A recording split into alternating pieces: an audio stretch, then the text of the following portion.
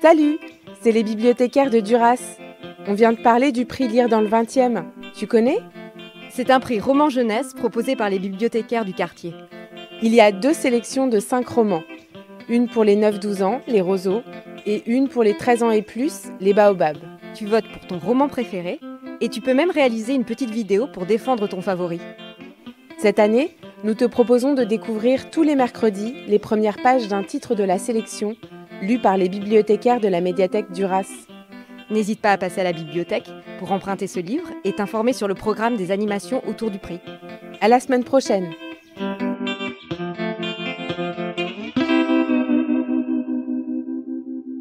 Davide Morosinotto, La fleur perdue du chaman de K, un incroyable voyage des Andes jusqu'à l'Amazonie.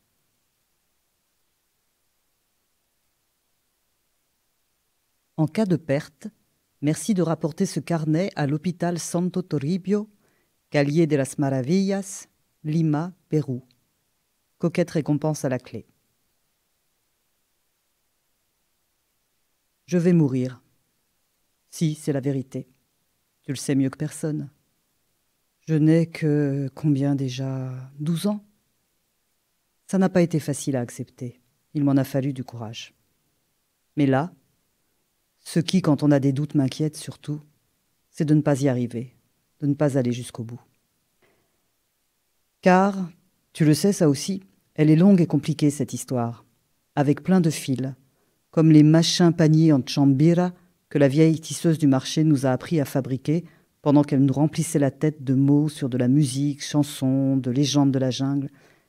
Et moi je pleurais parce que mon vieux Walkman était cassé. Bref. J'espère que je pourrai faire ça, là, aller jusqu'au bout, voilà, jusqu'à la toute fin. Si j'avais le choix, je te laisserais, comme quand on a une mission, t'en charger. Ça vaudrait mieux même, on irait plus vite. Mais tu ne les entends pas encore, j'ai l'impression. Les voix, je veux dire. Tu ne les entends pas? Moi, si. Alors, c'est à moi de... On dit comment déjà? Je vais essayer. Toi, ne m'abandonne pas, reste près de moi. C'est promis? Main dans la main, comme toujours, ensemble jusqu'à la fin.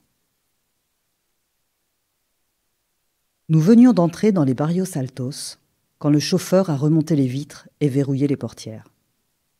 La chaleur est devenue étouffante et la clim s'est mise à siffler.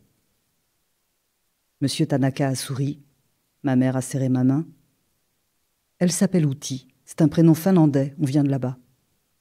Monsieur Tanaka, lui, est japonais. Il est le secrétaire de mon père. Il n'était pas censé nous accompagner ce matin-là, et puis, pile à l'heure du départ, il y avait eu un souci à l'ambassade, mon père avait dû rester. Maman s'était mise en colère, et elle était encore sur les nerfs quand elle a murmuré « On est obligé de verrouiller les portières, ça m'angoisse. » Le quartier n'est pas sûr, a expliqué monsieur Tanaka. Mais le professeur de la Torre est formel, ils ont le meilleur service de neurologie du Pérou. Maman n'a pas répondu. Je me doutais que ça l'agaçait. L'idée que sa fille Leila, moi donc, soit admise dans un hôpital péruvien ne l'enchantait vraiment pas. Si cela n'avait tenu qu'à elle, elle m'aurait fait grimper dans un avion, direction l'Europe ou les États-Unis, là où on aurait les meilleurs soins. De la Torre n'avait pas baissé les bras. Il était venu me voir à la maison plusieurs fois, il m'avait prescrit un tas d'examens. Mais cette fois, plus le choix, je devais faire le déplacement.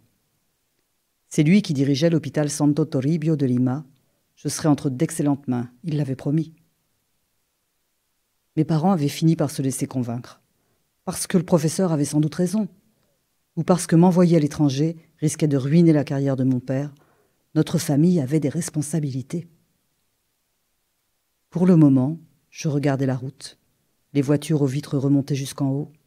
Les bâtisses passaient à la chaux, les visages qui me scrutaient depuis le trottoir. La peur m'a saisi. Je me suis agrippée très fort à ma sacoche. Une sacoche en toile, avec des nounours brodés dessus. D'accord, ce n'était plus de mon âge, mais c'était mon porte-bonheur, je ne m'en séparais jamais. Dedans, il y avait les 3 livres que M. Tanaka m'avait pris, chacun dans une langue différente. Un en finnois, la langue de mes 2 parents, un en anglais, celle qu'on m'apprend à l'école, et un en espagnol, que tout le monde parle ici en Amérique du Sud. Enfin, presque. Le reste de mes affaires se trouvait dans une valise en cuir entre les mains de M. Tanaka. Une brosse à dents, du savon et du shampoing à la lavande, une paire de pantoufles, des sous-vêtements, 2 chemises de nuit bleues et 2 pyjamas bleus aussi, c'est ma couleur préférée. Et comme j'allais rester un bon moment à l'hôpital, avoir de quoi bouquiner et des affaires de rechange ne serait pas du luxe. « Ne t'inquiète pas, m'a dit maman. Si tu ne te plais pas là-bas, on ira ailleurs. » Elle paraissait plus terrifiée que moi. La voiture a tourné dans la Calle de las Maravillas. Le mur sur la gauche était certainement celui de l'hôpital. Au centre s'ouvrait une porte cochère peinte en rouge, telle une langue au milieu d'une rangée de dents sales. « Je m'arrête ici ?» a demandé le chauffeur. « Oh non, non !» l'a supplié ma mère. « Pas devant le trottoir, on pourrait nous voir. » « Madame a raison » est intervenu M. Tanaka. « Faites le tour. Il y a sûrement une entrée pour les ambulances à l'arrière. » Nous avons bifurqué en direction du fleuve et nous nous sommes engagés dans la Calle Amazonas. Il y avait bien une grille en fer, avec 2 hommes qui montaient la garde. Ils se sont hâtés d'ouvrir, la plaque diplomatique avait dû les impressionner, et un parking bétonné nous a accueillis. Tout autour, plusieurs bâtiments carrés à 1 étage, le toit plat. Ma mère n'en menait pas large. Monsieur Tanaka souriait comme toujours. « Un instant » a-t-il dit. Le loquet de la portière relevé, il est sorti dans une bouffée d'air chaud. J'en ai profité pour observer le parking. Juste en face, un jardin était entouré d'une petite haie de plantes aux feuilles rougeâtres et de belles bougainvilliers poussaient sur une pergola, pile au milieu des bâtiments qui formaient l'hôpital. On m'autoriserait peut-être à m'installer à l'ombre de temps en temps. Monsieur Tanaka est revenu, accompagné du professeur de la Torre et d'une cohorte d'autres médecins en blouse blanche. « Pas de panique » a murmuré maman. Elle a ouvert la portière. Cette chaleur, pire que l'haleine d'un monstre. Et il était temps de sauter au fond de sa gueule. « Allez Leïla, courage !» Je suis sortie en serrant fort ma sacoche. Elle pesait 100 fois plus lourd que tout à l'heure. De la Torre m'a salué en espagnol, l'air tout guilleret, comme si j'étais sa meilleure amie. Les autres docteurs hochaient la tête en silence. Ils nous ont conduits jusqu'à la grande cour intérieure, recouverte de parterres de fleurs. En plein milieu, une fontaine entourée par un rond de pelouse et par ses plantes rougeâtres. Plusieurs haies, de buis cette fois, étaient taillées dans des formes bizarres. Une avait même la tête de Mickey. Les édifices qui flanquaient le jardin avaient de larges fenêtres et des arcades avec des bancs.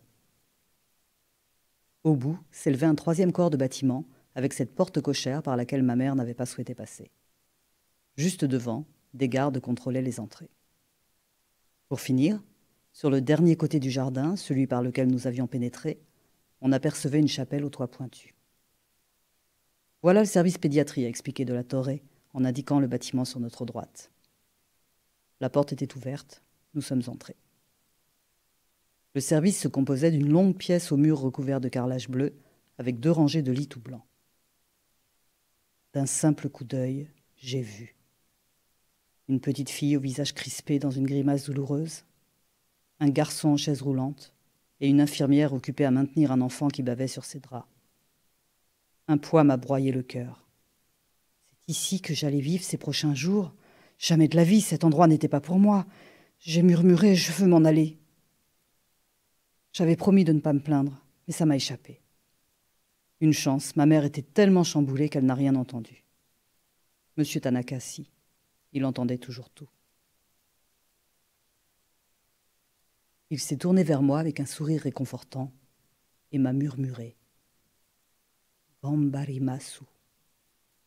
C'est du japonais. Ça signifie « tâchons de nous débrouiller, mais aussi courage et affrontons au mieux ce qui nous attend ». Une façon de me donner de la force, en gros. J'ai répété ce mot à voix basse. Ganbarimasu. Courage, Leïla.